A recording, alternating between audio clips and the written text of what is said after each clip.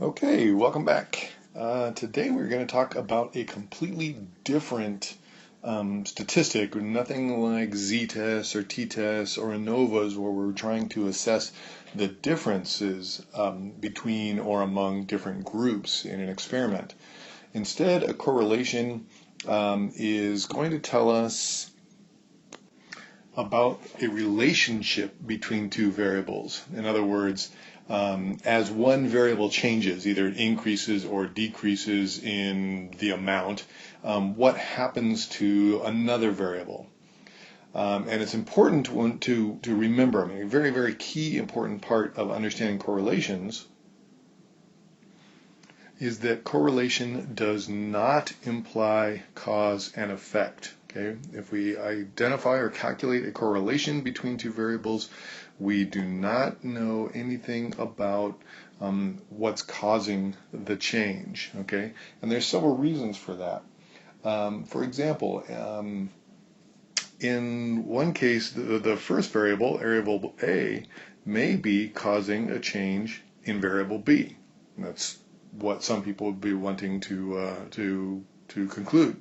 However, it may also be that B is causing a change in variable A. Or there may be some third variable C that is causing both B and A to change. So we have this direction of cause and effect issue, or a third variable problem that makes a correlation coefficient unacceptable or invalid for making cause and effect determinations. Let me give you an example of that. Suppose I am a researcher and I am studying, let's say, whether teenagers who listen to highly sexualized music lyrics have sex earlier, or what the relationship is between sexualized music lyrics and sexual behavior among teenagers. And suppose I find a very strong correlation between those two. In other words, the more sexualized the lyrics are of children or teenagers, the more likely they are to have had sex or to engage in some kind of sexual behavior. All right, so with that correlation, it may very well be that music, listening to those lyrics, causes kids to want to engage in sexual behavior. Okay, perfectly reasonable inference there.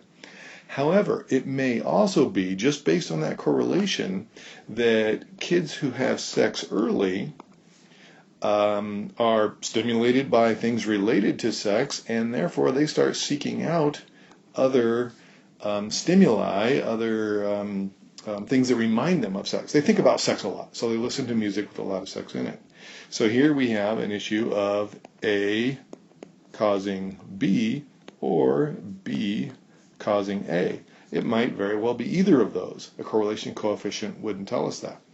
Similarly, it may be that kids who are born with a high sex drive, so here we have a biological difference among some people relative to others, that causes them to have sex earlier, or it may, and it causes them to seek out stimuli related to their high sex drive. And this would be that third variable issue. So we have three possible hypotheses or explanations for a correlation, and just calculating the correlation does not tell us which one it is. All we know is that when we know one variable, we know something about the other, but we don't know why. All right, so that's an important thing to remember about correlation. It does not imply causation. We cannot make any causal inferences from a correlation coefficient. All right, so with that in mind, let's talk about statistics. So in statistics, the correlation coefficient is identified by the letter R, lowercase r. And that's the correlation coefficient. R specifically stands for, or at least the R that we are going to be calculating, is the Pearson, this is going to be a long one, product moment correlation coefficient. Huh, that's a big one. Coefficient. coefficient. Okay, the Pearson correlation, the Pearson product moment correlation coefficient, or just Pearson's R, is another way that you may hear it. But typically, if you just say R or correlation, people know exactly what you're talking about. All right. Now, the correlation coefficient, or R, is going to tell us about pairs of scores. We're going to have an X variable and a Y variable, and we're looking to see what type of relationship exists between those two. There are 4 ways in which two variables can be related. If I were to draw a graph here, we can see, for example, that as scores in one variable increase, scores in the other variable increase. As an example, let's suppose that I measure a person's hours spent studying for a statistics exam, and then I look at their grade or their exam score. And I will probably see that as hours increase, we see a steady increase in test scores. So more hours spent up here lead to higher test scores right here. If you spend just a few hours studying, your test score is likely to be a little bit lower. So that would be a positive exam. Let me clean this up a little bit here so give you a better image. Alright, so if I had here, and we have a positive slope, with individual scores, this would be called a positive correlation. Another type of relationship would be a negative relationship. Let me draw that out. So a negative relationship is when scores move in opposite directions. So once again, let's look at hours, but in this case, hours spent on Facebook and your score on that test. In this case, as a person spends more hours on space, or let's start it this way, if they spend fewer hours on Facebook, that means they have more time for studying, they do better on the test. But as the hours on Facebook increase, then their score on the test decreases. That would be a negative correlation.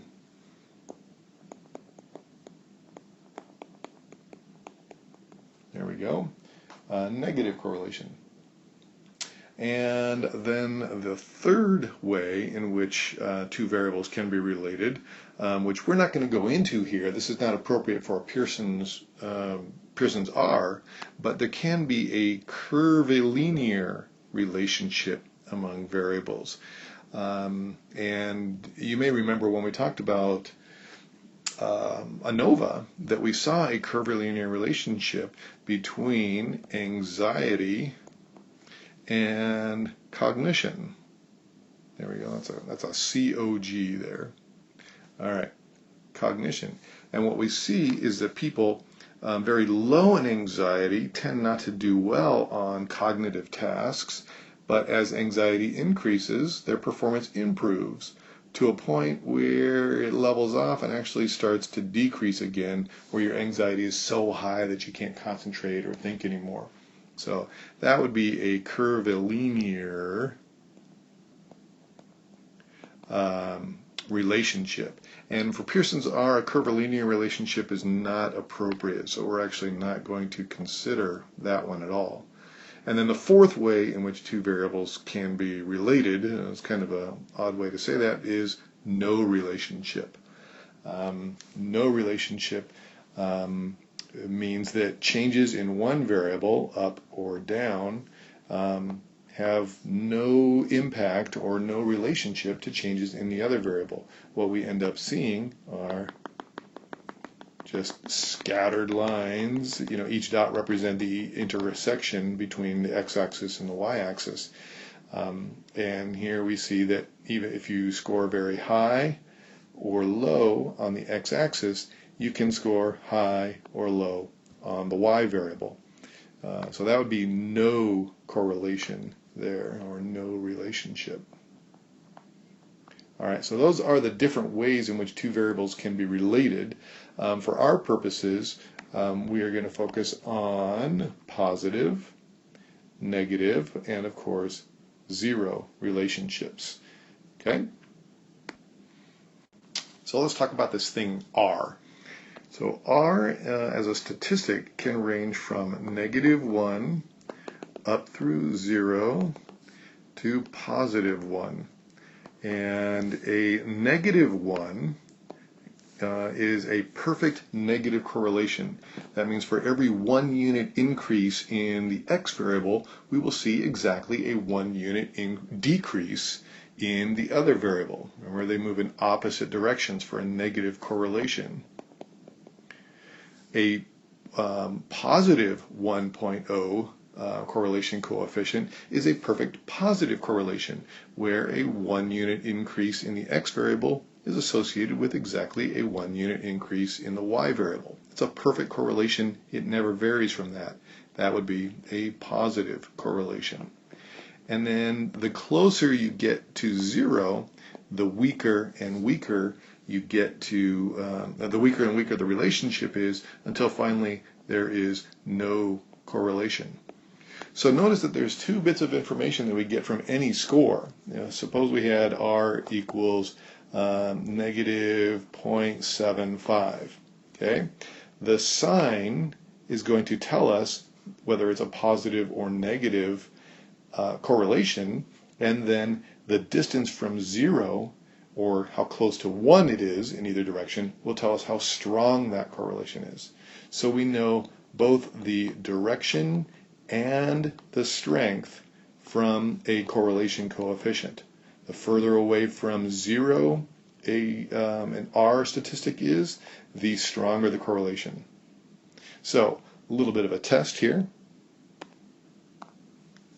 If I had an R of 0.80, what would you say that is? Is that positive or negative? Well, it's positive because we don't have a negative sign in there. Is it strong? Is it medium? Is it weak? Well, it's actually pretty close to 1, at least a lot closer to 1 than it is to 0, so we would call that a strong relationship. What about if I had a -0.23? Well, once again, that's positive because there's no negative sign there, and it's so kind of weak. It's much closer to 0 than it is to 1. Okay, so let me ask you a question here, a little bit trickier. Suppose I have an R of -0.45 and an R of positive 0.39. Which one of those is, hopefully you know which one is positive and negative, so you know the direction of the signs, but which one of those is a stronger correlation? Well, hopefully you said the -0.45. The sign doesn't have anything to do with how strong it is. All we have to know is how far away from 0, or how close to 1, our coefficient is. And 0.45 is further away from 0 than 0.39. So in this case, the negative correlation would actually be stronger than the positive. So learn to think about those two concepts separately. The direction is independent of the strength. A -1 is just as strong as a positive 1. A -0.8 is just as strong as a positive 0.8, and so on. Also, another important point is that correlation coefficients can never be beyond -1 or +1. If you do calculations and you end up with a correlation coefficient that is outside of 1 in either direction, you've made a mistake. It can never be higher or lower than 1 and -1, respectively.